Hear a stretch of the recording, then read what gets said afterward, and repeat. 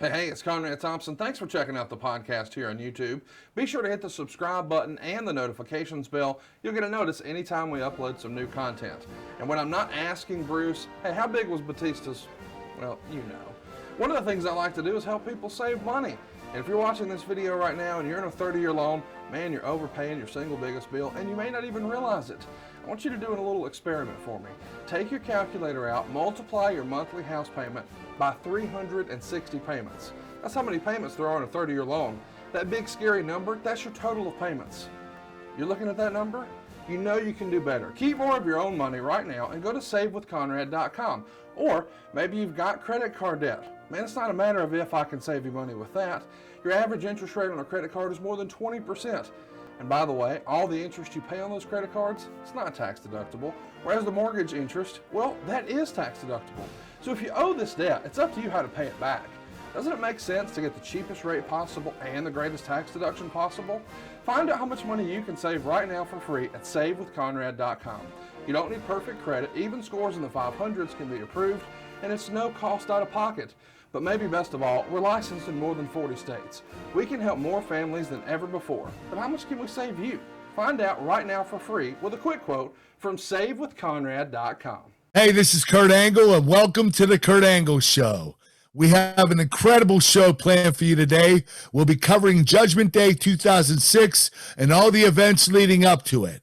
But first, I want to introduce to you my co-host. He's the man with the plan. He's Conrad Thompson. How you doing, Conrad? Man, I'm doing great. So excited to be here. We are excited to talk about Judgment Day 2006. This is going to be a really interesting show. I've enjoyed talking about 2006 with you. It's a very pivotal year in your career, and we're going to keep the news and notes going here. Recently, we had Mr. Randy Orton on, and an opportunity to catch up there. If you haven't already, you can check it out at adfreeshows.com. But he is going to be going into a suspension here in 2006 for 60 days. It's effective on April 12th. He's one of the youngest world champions in wrestling history, certainly the youngest in WWE history when he won the world title. And that was just 2 years prior to this. So he's still a very young man, just 26 years old. And we heard Randy talk last week, Kurt, about he occasionally did some knucklehead stuff. Just, I think you described it as he just needed to mature a little bit. Yeah, Randy was 21 when he started, and he was just a young kid. He needed to mature. He had to make some mistakes in order to capitalize from it, and it made him a better human being. He's very well-centered now. He's very giving, very kind.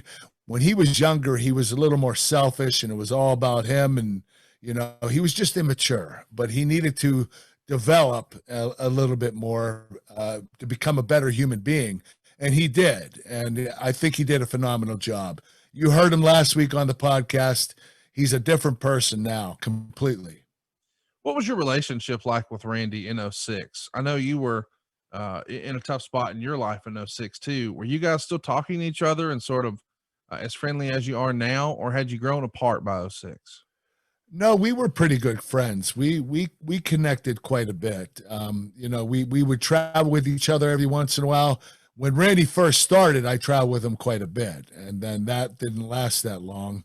And but when we would travel every few weeks, and just bullshit and go to the events and kill time together. So he was one of my best friends at that particular time, especially in 2006. Well, with Orton out, Meltzer's saying that SmackDown is going to have some serious depth chart issues. People like Bobby Lashley, Chris Benoit, and King Kennedy, when he's cleared, are going to have to be pushed harder. But even with Batista returning shortly and being added into that main event mix, Meltzer thought the heel side was kind of barren. There's only JBL, Fit Finley, and Mark Henry as the top guys. And then, you could still, I guess, classify Giant Singh and Road Warrior in there. But Mysterio's knee is bad. He's going to be out for some time whenever he gets that surgery done. But it feels like Rey now, with Orton out, has to work through it. This is an issue in any era of wrestling. But with Orton suspended, Batista's out hurt, now Rey's hurting. It feels like SmackDown is in need of a shot in the arm in a major way here, right? Well, injuries is what affects the business, and it always does. You're always going to have injuries. Guys are going to get hurt. And we were a little barren at the top, not a lot of main eventers left. I was injured. Rey was injured. Randy was suspended. Batista was out. It got pretty bare, and we had to start making more undercard guys, bring them up to the main event. That was the idea, and that's what we need to do. I don't think we worked on it hard enough. I think they just wanted to get everybody back to where they were as quickly as possible. And they wanted Rey to hold off for a long time until Batista and Randy came back. So Rey was injured, needed surgery, and he was still working. It was a tough time in the business. The injuries are mounting in your life as well. Meltzer would write, Kurt Angle has several issues, including his chronic neck problems, which worsened in the past month or so, as well as his wife expecting and him being something of a business workaholic. Learning from what happened with Eddie Guerrero, they're probably going to have him take several house show tours off, although he'll probably work TV every week during his sort of break. Just by process of elimination, that means Henry, Benoit, or JBL will have to work with Mysterio at the house shows. What do you remember about your physical condition here in 06 and how you were hurting? I was in bad shape. I had a lot of injuries. At one particular time, I had the neck injury, the shoulder, abdominal. I tore an abdominal muscle, a groin muscle, a hamstring. This is all at the same time. I was in really bad shape, and the painkiller problem wasn't getting any better. So I was in a state of turmoil, and even my relationship with Vince started dwindling, and it was getting more erratic. And I was, calling him, leaving him messages with threats, and I just fell out of control. I was in a bad point in my life. You're 36 at the time, and Meltzer would say he'll likely have a decreased house show schedule once he comes back. Legitimately, Angle's neck and spine are inflamed, and he still lacks feeling in one of his hands. He'll be doing a minimal amount of house shows even after his return, but will be on the TV the last week and being billed for the pay-per-view, probably with the injury situation against Mark Henry. Meltzer wrote, given their prior bouts, he should probably stay hurt for 2 weeks longer and avoid that one. So Meltzer may be a little tongue-in-cheek, thinking if you're already in a diminished capacity, maybe wrestling a brute strength like Mark Henry might not be the best idea. Do you remember having conversations with your opponents ahead of time, like, hey, just as a heads up, I'm hurting a little here and I got this going on? Or is that something you keep to yourself even from your coworkers? Yeah, I never went up to somebody and approached them and said, hey, you need to take it easy on me tonight, because I wasn't going to take it easy on them, and it wouldn't be fair, even if I was injured. So right. I never brought that up. I would say, listen, I can't do this move or that move because of my neck.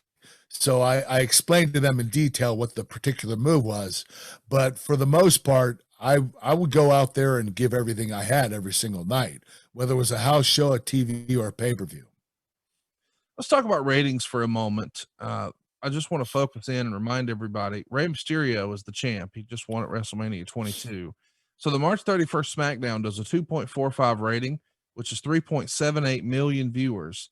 And that's a 2.20 amongst English language homes, but a 4.67 in Spanish language homes. So the whole experiment of we need a Latino star on SmackDown and we like Rey Mysterio, that seems to be working in a major way. Without a doubt. Yes. The ratings would continue to be strong based on the Hispanic market, but the overall numbers do start to dip. Let's take a look at that. A week later, they're at a 2.68, which is up, but then down to a 2.4 by the 14th. On the 21st of April, it was a 2.11. And then even rolling into May, it's a 2.2. But by 2 weeks later, SmackDown's all the way down to a 1.9. These numbers are still strong based on, where the world is now with TV. But was there ever a point when you remember ratings started to dip here? I guess we'll call it the spring of 2006, and it became something that was on the wrestler's radar? Or is this all just behind the scenes office stuff? This was mainly behind the scenes office stuff, but we did catch wind of it. And I think the reason why the company was trying to keep all the talent involved in SmackDown, the guys that were injured, they were trying to rush everybody back, is because of the ratings. I'm not sure the ratings had to do with the wrestlers or the writing, but probably a little bit of both. But the business always goes in cycles, up and down. I think we were just in a downtime. It was, starting to go down little by little. And I knew eventually, some point in time, the ratings would start going back up. We also want to remind everybody during this time period, SmackDown is going to be going through some changes. It's reported on May 10th that while plans could change because the network debut wasn't official, the last SmackDown on UPN looked to be September 15th, and the first SmackDown on the new CW network would be on September 22nd. Is this something that you're even really paying attention to? I mean, obviously, it's a big station, but to go from UPN to CW, did that matter at all from a performer standpoint? No, I mean, they're both major networks, Right. Going to CW, we were actually. You ever hear some of my commercials and think to yourself, that sounds too good to be true. That's probably malarkey. Here's the deal, man. It's real. Just ask Jason up in North Branch, Minnesota. He left us a 5-star review for our work over at SaveWithConrad.com. He had this to say: "My fellow wrestling fans and podcast listeners, Conrad's message is real. This process is very easy. Believe me, I've refinanced twice in the last 12 months. If the need ever arises again, without hesitation, I would make the call. Thank you, Conrad, and especially thank you, Derek. When you guys are in Minnesota, give me a shout. I'd love to buy you each a drink." We helped Jason save some cash and get an even better deal than he got somewhere else before, and you can do it too right now.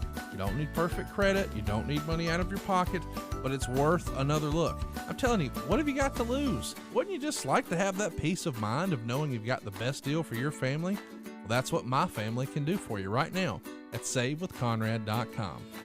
Looking forward to it because it was a brand new network and it was something new and we were excited about it. So switching over from UPN to CW, I don't think made much of a difference, but I think mentally for us, it gave us a little kickstart. Well, Vince is looking to kickstart ECW. Of course, we remember what a huge success One Night Stand 05 was. Well, they've announced that they're going to jumpstart it again with a June 11th One Night Stand pay-per-view, once again at Hammerstein Ballroom in New York. So this is going to be the One Night Stand 06 that you and Randy just talked about last week. But with the success of the sellout in 05, I think tickets sold out in like under 2 hours, and the traffic on the website being higher because of ECW content, supposedly that makes Vince think, hey, maybe there's some meat left on the bone here. Let's take a stab at ECW. When did you first hear this isn't a one-off show? We're going to make it a third brand. Well, Vince approached me before anybody else. And I think I told you this already, Conrad.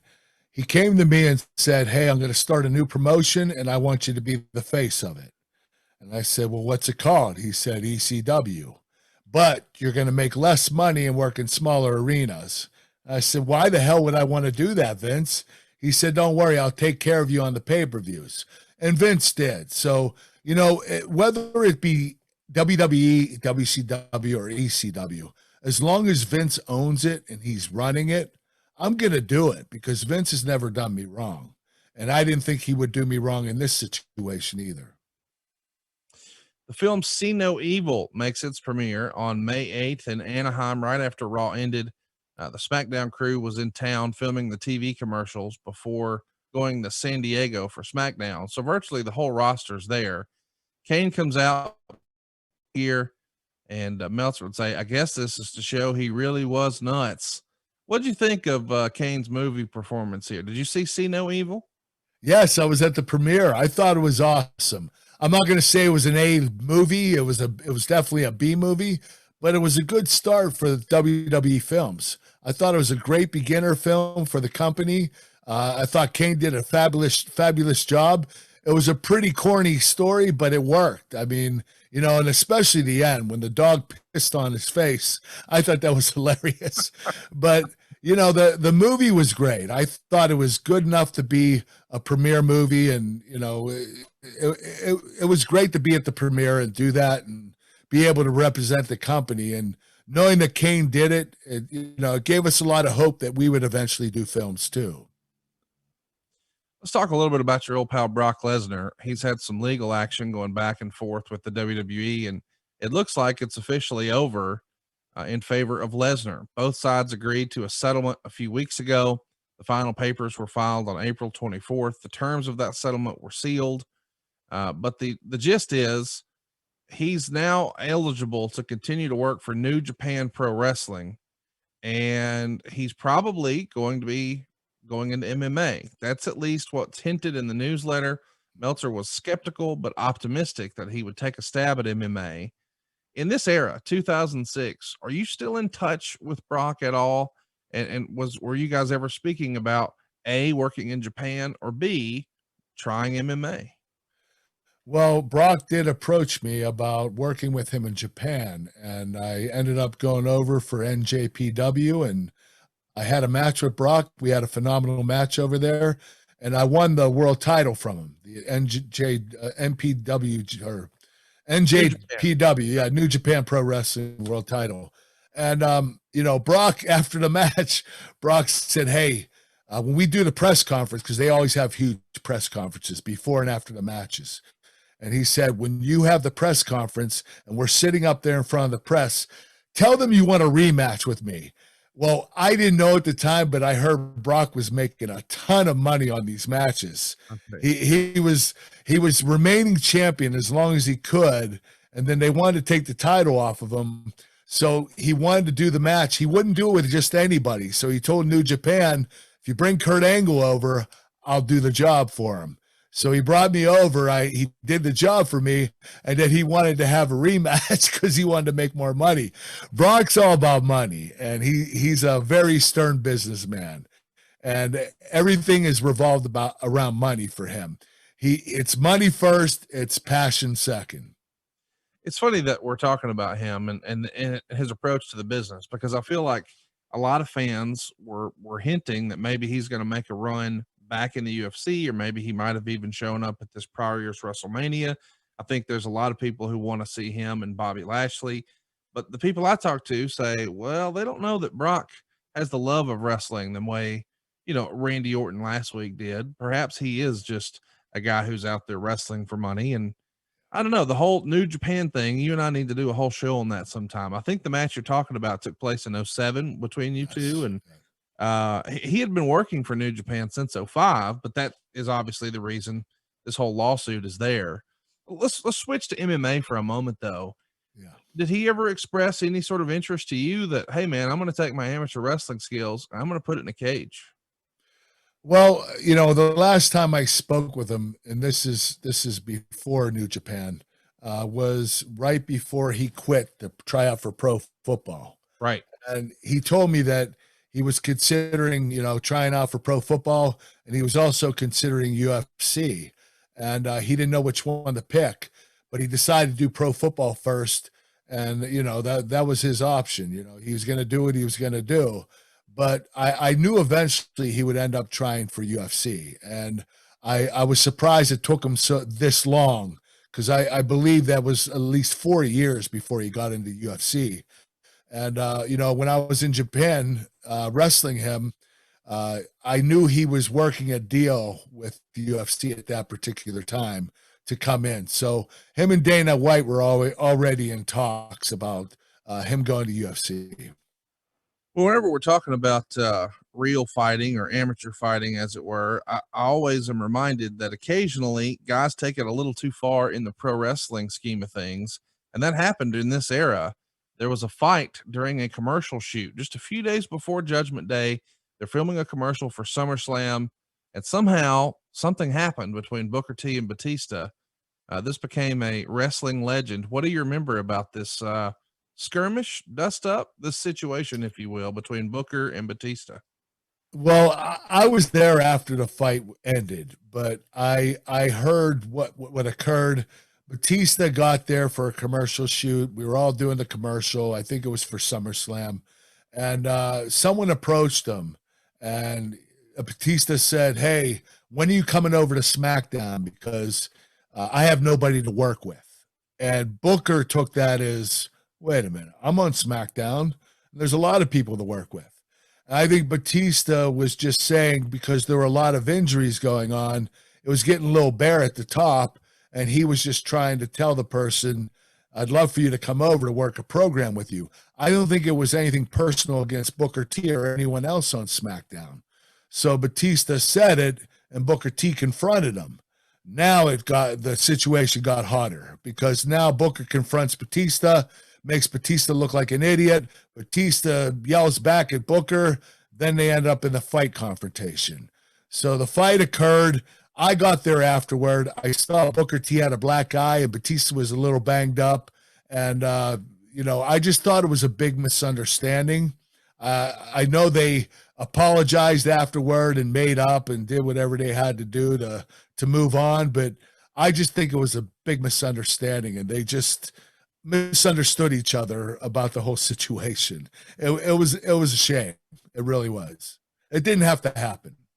Meltzer would report, after the fight, the two argued, with Batista saying Booker was a locker room cancer, but no one agreeing. I've never heard that. I mean, that's just guys lashing out, right? Yeah, that was definitely him lashing out, because Booker is the most supportive guy in the locker room. He gives advice. He has incredible ideas for different wrestlers. He's in tune with the company, and he's a great employee. Meltzer would say the general feeling was that Batista got what was coming to him, and even people you would expect to take Batista's side were backing Booker T. This is one of those deals where two guys who are headstrong, they're just going to disagree, and it overflows sometimes. But in athletics and all this competition, even though it's not really competition, I don't think this is all that uncommon, but boy fans just eat it up. And I'm sure it gives all the boys, the rest of the locker room, something to talk about. But it feels like these days, cooler heads have prevailed, mended fences, no big deal. Fair to say? Yeah, I think that, cooler heads do prevail, and, you don't have to go to that extent. But I understand a lot of guys get frustrated, and, they want to take it out on somebody, and, it's understandable that these things happen, but it's unfortunate. The thing is, though, I mean, to your point, it happens in every other type of professional sports. There's usually not an article written about it, and the rumor and innuendo maybe doesn't go as crazy, but this type of stuff happens, on the practice field and in locker rooms for every day, all day long. Yes, you're absolutely right. Let's keep it going here. On the April 7th SmackDown, you get in Randy Orton's face for the first time since he lost the title at WrestleMania, or he lost your title for you, I suppose. He says, you're missing something, and you slap the shit out of him. This is great. This is more wrestling machine right here, is it not? That was Wrestling Machine Kurt Angle. And I was in a really bad time in my life. The injuries were piling up. The painkiller issue was not getting better. I was acting erratic with Vince McMahon. We weren't getting along very well. And this was angry Kurt Angle lashing out. I meant no disrespect to Randy, but this was Kurt Angle making a statement to Vince McMahon directly. And that's, that was the beginning of the end for me. That's pretty much when I decided I was going to quit. Really? In this era, right after WrestleMania, you had enough? Yeah, right when I started in ECW, so a couple months later, but it was right around that time that this all occurred. Later in the night, Teddy Long announces the King of the Ring tournament, and in your first match, your opponent will be Randy Orton. Of course, he's not pleased with that. On April 14th, you're interviewed backstage by Crystal Marshall, and it's the first time we've really heard from you since WrestleMania. And you first give congratulations to Rey, and then you say you lost the championship because of Randy Orton. And tonight you're taking the frustration out on him. It's supposed to be the last match before Orton is set to have this suspension, but it's not a squash. It's a really competitive match. You beat him using the ankle lock with a grapevine, and then you lock him in the move again to put him out of action. You walk up the ramp and then come back down to lock it in one more time. Of course, the story here is you broke his ankle, and he's got to have a reason to take that leave of absence. So here it is. What did you think of the execution that night? I thought it was great. I mean, Randy was getting suspended. He needed a storyline to take him out, and the injury thing worked. So it made me look like an animal, like a monster, and That's what I wanted. I wanted a good push. And that's what the company gave me. I think they were trying to keep me happy at the time. Well, they kept you happy the next week because they gave you the week off. And on April 28th, they're set to feature a world heavyweight title showdown in the main event. It's you against the new champion, Rey Mysterio. And all throughout the show, we're treated to Kurt Angle's winner circle segments. It's showing all your world title wins up to this point, and it's really highlighting your success as a WWE superstar. I mean, this show is really built around you, and the main event is great. You guys tear the house down. And I guess if there's one match on our show that we're going to talk about, we want to recommend, you should watch this one. It's something. Mysterio looks like he might win and hits the 619. Then he goes for the West Coast pop, but you plan him and grab that ankle lock. And now it looks like we've got a new world champion, but Mark Henry runs in and attacks you. And that creates, of course, the disqualification. He eventually splashes you through a table. You're selling it like you're dying, saying Mark Henry broke your rib. How did this match stack up? Is this one of your favorite matches with Rey? Yes, it was a fluid match. The match was awesome. It flowed really well. We had a great story that we told. The whole thing with the whole buildup was, they were showing these vignettes of me and all my championships and what I have accomplished. It was a build up for the end of the show. And what the build up came to was, the story was, Mark Henry was going to ruin it for me, winning the world title, and I'd end up going off and wrestling Mark Henry. Let's keep it going here and mention that you're out on May 5th with injured ribs. So once again, just as Meltzer suggested, they're trying to give you some time off. You're back on May 12th, and the doctors say you're in no shape to compete. And Teddy Long tells you backstage that you'll have to withdraw from the King of the Ring, but you don't care because you want Mark Henry. Teddy says he can't, but you grab him and get in his face. Teddy looks shaken up, and either he's a great actor or he's legitimately nervous. Teddy makes the match for Judgment Day. And here's some interesting trivia. Later that night, Mark Henry would debut his 3-6 Mafia song that he used for the rest of his career, which is a sign that they're doing some big stuff with him. We talked last week with Randy about how 06 was a tough year for both you and him, but 06 is probably Mark Henry's breakout year, right? Yeah, without a doubt. Mark Henry struggled quite a bit the first 9 years. He was getting injured quite a bit. He wasn't learning the psychology as quickly as he should have. The company started having doubts about him, but something went off in his head. Some switch went off in 2006, and he started getting it. He was improving. He was getting better with his moveset, his psychology. Everything was coming into line. And he had a phenomenal year, one of the best years in the history of wrestling. The success he had and what he was able to accomplish that year was phenomenal. And it actually gave him a 10-year extension to his contract because his contract was coming up that year. And I'm not sure the WWE would have extended it with the little progress that he made the first 9 years. But that last year was a big moment for Mark, a big year for him. And that gave him another 10-year extension on his contract, which worked out really well. And Mark had a great career ever since. On the May 19th episode of SmackDown, you're doing a backstage promo, and you say that you've known Mark for 10 years, going all the way back to the 96 Olympics when you won a gold medal, and, well, Mark didn't win anything. And you sort of put the pieces of the puzzle together to explain that's why he attacked you. And this is really your last stop before Judgment Day. So you can tell that they're trying to keep your in-ring work limited and give you some time off and let you heal up.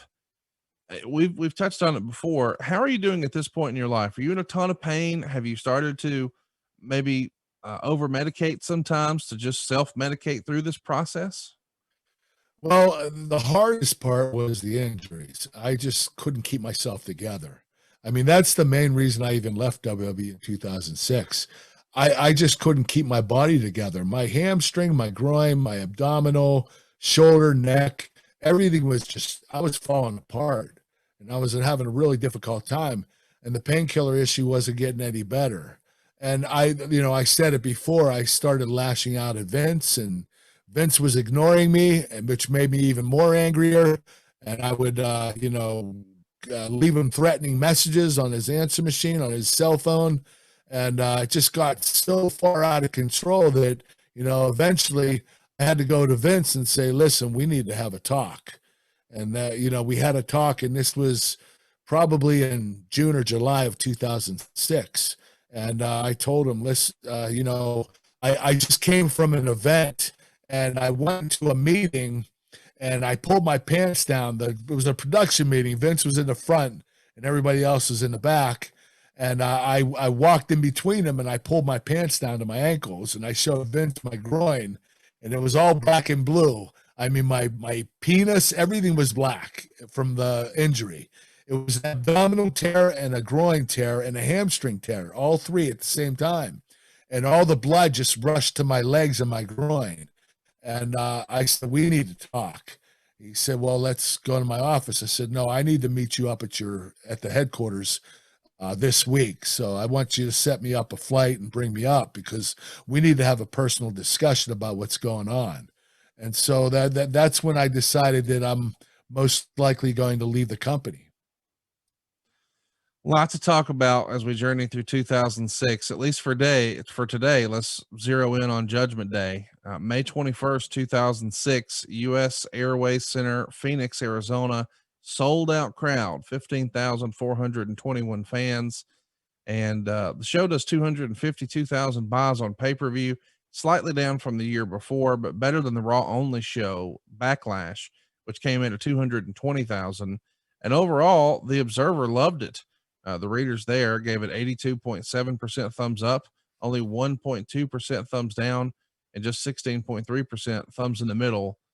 Your match is fifth on the card that night, and here's what Meltzer had to say. Angle did a somersault body block off the middle rope and looked to just about land on his head. This wouldn't be good for anyone, but he's the last guy who needs that. Was this a close call? Do you remember this? What happened here? Yes, it was a stupid move. I did a backflip off the second rope to try to get Mark Henry down, because Mark was a big guy. I wanted to do something aerial in the air to get him down, because he's such a big, strong guy, and show that I was a smaller wrestler and that I needed to do something bigger to get him down. And I almost landed on my head. I almost broke my neck again. And that was just a stupid move. Meltzer would say this match was better than the Rumble match. The match was fair, but the post-match was pretty good and saved it. Let's mention the match starts out with you on offense, grabbing front face locks and single legs. You try to German suplex Henry into the announce table, but he blocks it and goes on the offense.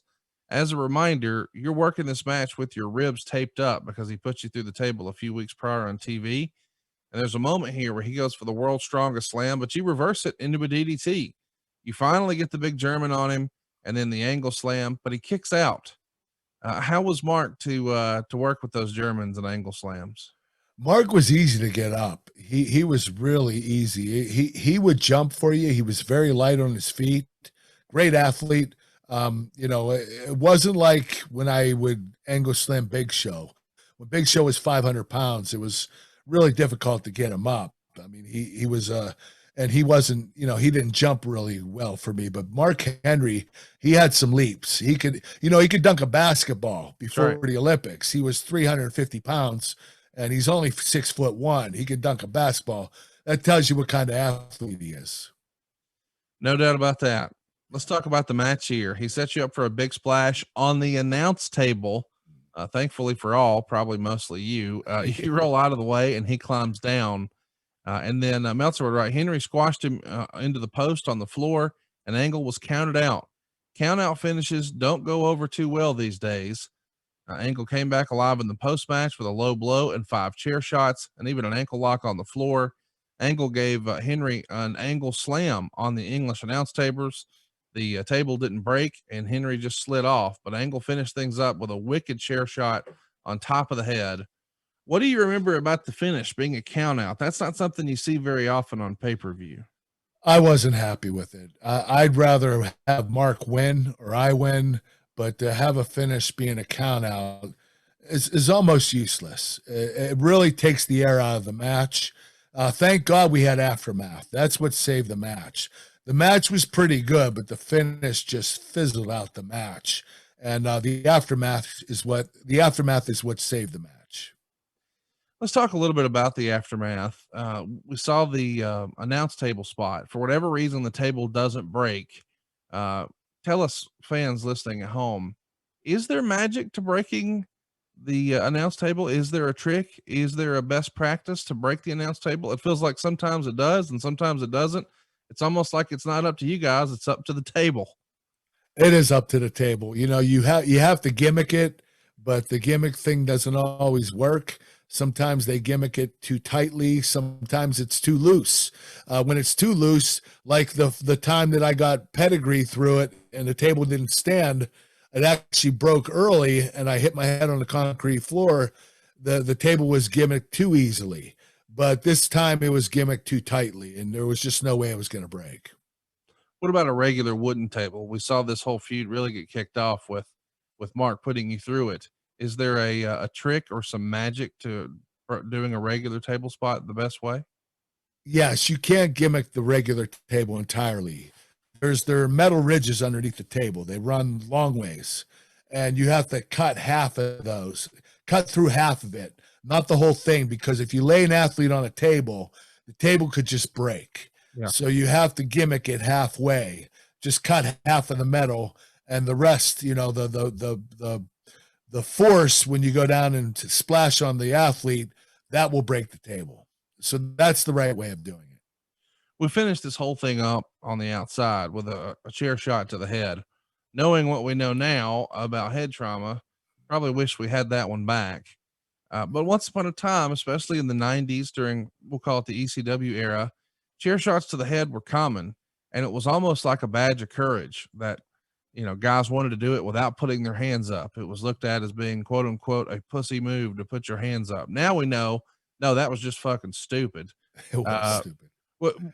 When did you, how are you introduced to chair shots? I assume in your amateur life there were no chair shots. Oh. So when somebody says, okay, here's the way you're supposed to do it, but here's what the real tough guys do, does any of that even happen? Or how do you come to learn about the right way to throw a chair and the right way to get hit by a chair, if there was such a thing? Well, thank God I wasn't part of that era, because back then you got ribbed if you protected yourself by putting your hands up. You're supposed to take it full blow with your head. That's not the right way to do it. That's how you get neck damage and head damage. You're going to get concussions and brain damage from stuff like that. The trick to a chair shot is not the person giving it, it's the one taking it. You have to protect yourself. A natural reaction to a chair shot is to put your hands up. And that's what you need to do. When the guy's bringing the chair, he's going to bring it pretty hard. The fans don't see you put your hand up because they see the chair coming. And then they hear the chair hit your head or your hands. And then you take a bump. So they don't really see it. And it's such a natural reaction. Just for a second, you just put your hand up and put your hands back down. And you get the full effect of the chair shot. And no damage to your head. That's the right way to do it. And that's how I was told. That's what I was taught.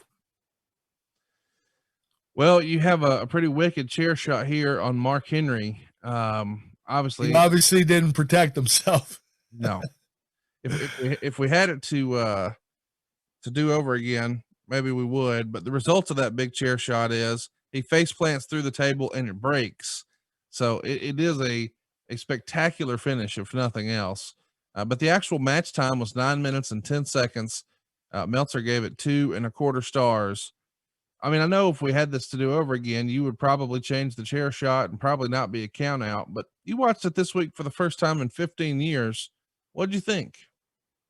I thought the match was good. It was solid. I just think the finish just sucked. I mean, anytime you have a count out, it's the fans are going to react in a negative way. It's just not what the fans want to see. They want to see a winner and a loser. Obviously, when you get counted out, you lose, but it's not an honorable way of losing, and you don't really get blamed for losing. A count in is a count out because the person cheated, got you down outside, did something to you outside to keep you down to get you counted out. So it's not just a really good finish for anyone to watch. Let's keep it moving here and let's talk about the way the rest of the show was received. Fans online, or at least who read the Observer, felt Chris Benoit and Fit Finlay had the best match of the night. We haven't talked a ton about Fit Finlay. Of course, we've broken down a lot of your matches with Benoit, but Fit Finlay, you got any good memories of working with him? Yes, Fit was awesome. He was a great teacher, a great wrestler. He's one of the greatest technicians of all time. I think the only reason why he's not talked about is because he never made it to the level of a Kurt Angle. And don't get me wrong, he's made it up there. He's been in the main event here and there, but I don't think that he had the success that he deserved to have. Fit Finley had all the tools to make it big in the business. He could have been one of the faces of the company. I just don't think the company chose to do that. And Fit is the most talented wrestler I've ever seen in the ring. He's incredible, and his technique is awesome. He comes up with so many innovative ideas. You know, he came up with a thing for me when I was wrestling. I think it was Benoit, and he wanted me to use a chair and put Benoit with the chair and like have it hit the floor and have Benoit's larynx get all messed up. And it was a brilliant spot. Fit comes up with all these great situations and spots. He's very innovative with that stuff. He's a very talented individual. Let's talk about some other guys who were on that card. Two stick out to me: Paul London and Brian Kendrick. They feel like to me what could have been examples in WWE. Did you ever have any experience working with those guys, either in the ring or outside of the ring? I wrestled Brian Kendrick. It was a 5-minute Kurt Angle challenge, and I slapped the shit out of him. I put him on the top rope, and I mean, you have to watch this. If you haven't seen it, look up Kurt Angle versus Brian Kendrick. Kurt Angle slaps him during the Kurt Angle challenge. It's a move to be remembered. I knocked the shit out of him, knocked him right on the floor from the top rope to the floor. It was unbelievable. I never wrestled Paul London. I wish I would have. They were both very talented. The worst match that night, according to the Observer, was Undertaker and Great Khali. Of course, we just saw Great Khali take his spot in the WWE Hall of Fame this past year. Did you ever work with Khali? I mean, it feels like that would have been Styles Clash all day. He's quite the spectacle, or I think Bruce calls it an attraction, and working boots on here. For whatever reason, fans didn't dig it. What about you? Did you ever have any interaction with the Great Khali you can share? I didn't know him that well. I didn't talk to him much. He didn't speak that much. He was very quiet, very big man, very gentle, a gentle giant, very nice, just had great manners and just was a really nice guy. I just think that they brought him in because they were promoting for India. You know, they were trying to get the market in India to be a hot market for wrestling, which it already was. But to have one of their own be involved in the WWE was just a brilliant idea. And that's, I think, the reason why they started with Khali and Great Khali, and that the reason why he had a lot of success in WWE is because they were pushing him because of the India market.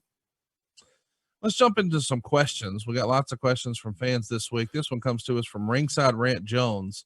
He says, she came to WWE with an amateur wrestling background. Mark Henry had the powerlifting background.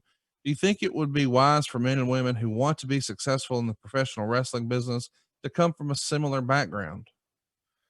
Oh, without a doubt. I think athletic backgrounds are the most crucial to be in professional wrestling. When you have an athletic background and you have a good base, you have something to work with. And I think that any athlete that parlays into pro wrestling will have a much better shot at succeeding at pro wrestling than not interjecting in any athletics at all. Here's another one here. This one comes to us from Jason Bayless. He says, in your opinion, did the Silverback thing have any legs at this point, or are they just booking a monster for him to beat? You mean call Mark a Silverback? Yeah. Well, I think that, come on, the guy's as big as the Silverback. He was a monster. He's a big dude, and he's considered the strongest guy in the world. So I don't blame them for building him up as a monster. And they did a tremendous idea of it. They did a tremendous job of it. I thought it was very effective in that it really helped his character. Here's another one here. This one comes to us from a friend of the show, Senor Phoebes. Hi, Kurt. Since Charles Robinson called your match at Judgment Day 06, I was curious if you had any favorite referees. And by the way, shout out to Charles. I know he listens every week, Kurt. Hey, Charles, how you doing, buddy? Miss you, brother. My favorite was Brian Hebner, Baby Heb. He was phenomenal because he understood the psychology of wrestling. It was like having a third wrestler in the ring with you. He wanted to know the entire match. So most referees come to you and say, what's the finish? What's the 3 count? What's the submission? They just want to know the finish so they get the finish right. And then they don't want to know anything else. But Brian wanted to know the whole entire match from beginning to end. And if you forgot the match while you're in the ring, Brian would remind you where you were going next. He was phenomenal. He just had it all in his head, and he was always well prepared.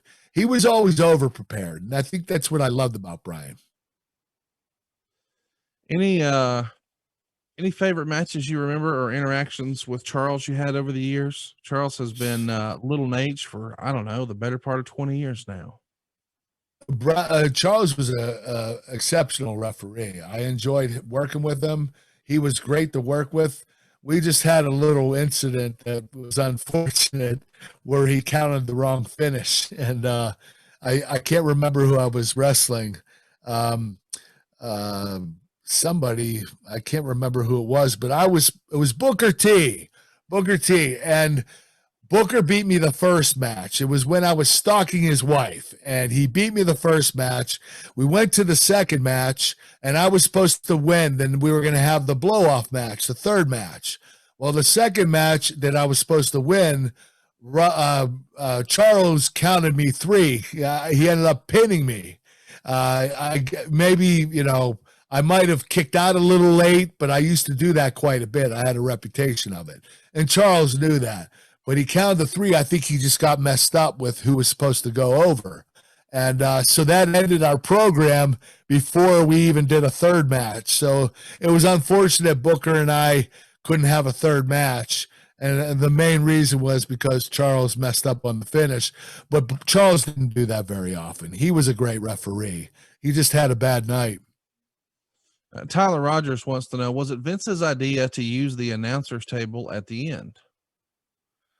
The announcer's table with Mark Henry? Yes. No, it was one of the agents, I believe Johnny Laurinaitis. He felt that we needed to do something after the count out to help save the match, to make it more of a quality match and to keep the fans happy. So they wanted the babyface to angle slam the heel through the table. And it was a great idea because it did work. It actually made the match a little better, considering it was a fizzled out finish. Here's another one. This is from Jay. He says, having worked so much together and sharing an Olympic background, did you and Mark Henry ever train together or work out together? If so, what was he like in the gym? I never trained with Mark after the Olympics. Before the Olympics, we were both at the Olympic Training Center. We trained together quite a bit. He was a strong individual, very hard worker, went to the gym 3 times a day, was there all the time. He was primed to win a gold medal in the Olympics. Unfortunately, he got injured right before the Olympics and couldn't put on his best performance. I trained with him quite a bit at the Olympic Training Center. Richie says, hey, Kurt, you jumped to the ECW brand right after this pay-per-view. Did you know going into this show, this would be your last match on the SmackDown brand? I didn't know because I didn't decide whether I was going to quit or not until I joined ECW. So I didn't know it was my last match on SmackDown or forever, or at least for 11 or 12 years. But I wouldn't have known that because I didn't know I was going to quit yet. So unfortunately, not knowing, I just went to ECW, and that's where things got worse, and I decided I need to step out of the company. Coming up in 2 weeks, we're going to be back talking about when Kurt became Extreme. That happened at the 2006 draft. So that is the next piece of this story. But at least for next week, we're going to cover Judgment Day 2001. It's yet another match with Chris Benoit. This is the 2 out of 3 falls match. And before you get there, you're probably going to need to have some protein. And I know where to go, Kurt. It's physicallyfit.com. And if you use our promo code AnglePod, you can get 20% off. You heard just last week, Randy Orton bragging about the cinnamon flavor was his favorite. Kurt still rocks the blue cheese and the hot wing. And I'm still a sriracha fan. I found out over the weekend, Kurt, my mom likes pizza the best. So there's something for everybody. Yeah, sweet barbecue's great. Pizza, they're all phenomenal. The flavors are incredible. It's good health food. It's healthy for you. High protein, low carbohydrate. You can get it at physicallyfit.com. You can use the promo code AnglePod to get 20% off your order. And by the way, I want to mention you get all these shows that we're talking about early and ad-free over at adfreeshows.com. But while you've got your web browser open, you should also check out kurtanglebrand.com. Kurt's got some fantastic shirts over there. You can even get a video message from him. And there's even autographed 8x10s and cowboy hats and milk cartons. But maybe my favorite thing you do, Kurt, if someone listening right now has something they wish had a Kurt Angle autograph on it, you could make that happen, right? Yes, they just need to go to the address on my website, send it to me. I'll sign it for you for a small donation. Not a problem. I'll sign whatever you need me to sign. Check it out. It's kurtanglebrand.com. You got a title belt. You got a bobblehead. Maybe you met Kurt once at a convention and got your picture made with him. Wouldn't you like to have that autographed and hang it on your wall? kurtanglebrand.com can hook you up. And of course, our show today was brought to you by physicallyfit.com. I want to mention, when you're looking for these chicken snacks, you can find them locally. There's 3 spots within driving distance of my house. But maybe the easiest of all is to just use the promo code AnglePod to save 20% as well. And I had a chance to scout some of the reviews. I didn't know it, Kurt, but it's over at Amazon.com. And man, it's 5 stars across the board. People love chicken snacks. Yeah, without a doubt. We've got nothing but 5-star ratings on Amazon, and we're doing phenomenal. The company's picking up after the pandemic or during the pandemic, but we're doing okay right now. We were struggling for a bit the first year and a half, but things are starting to get better. And I think the reason is this podcast, the Kurt Angle Show. So, listen, we really appreciate you guys supporting the product. I can't stress this enough. That is the easiest and best way to support the show. Try some healthy snacks, damn it. Go to physicallyfit.com. Use the promo code AnglePod. This isn't just a company that Kurt is a spokesman for. This is Kurt's company.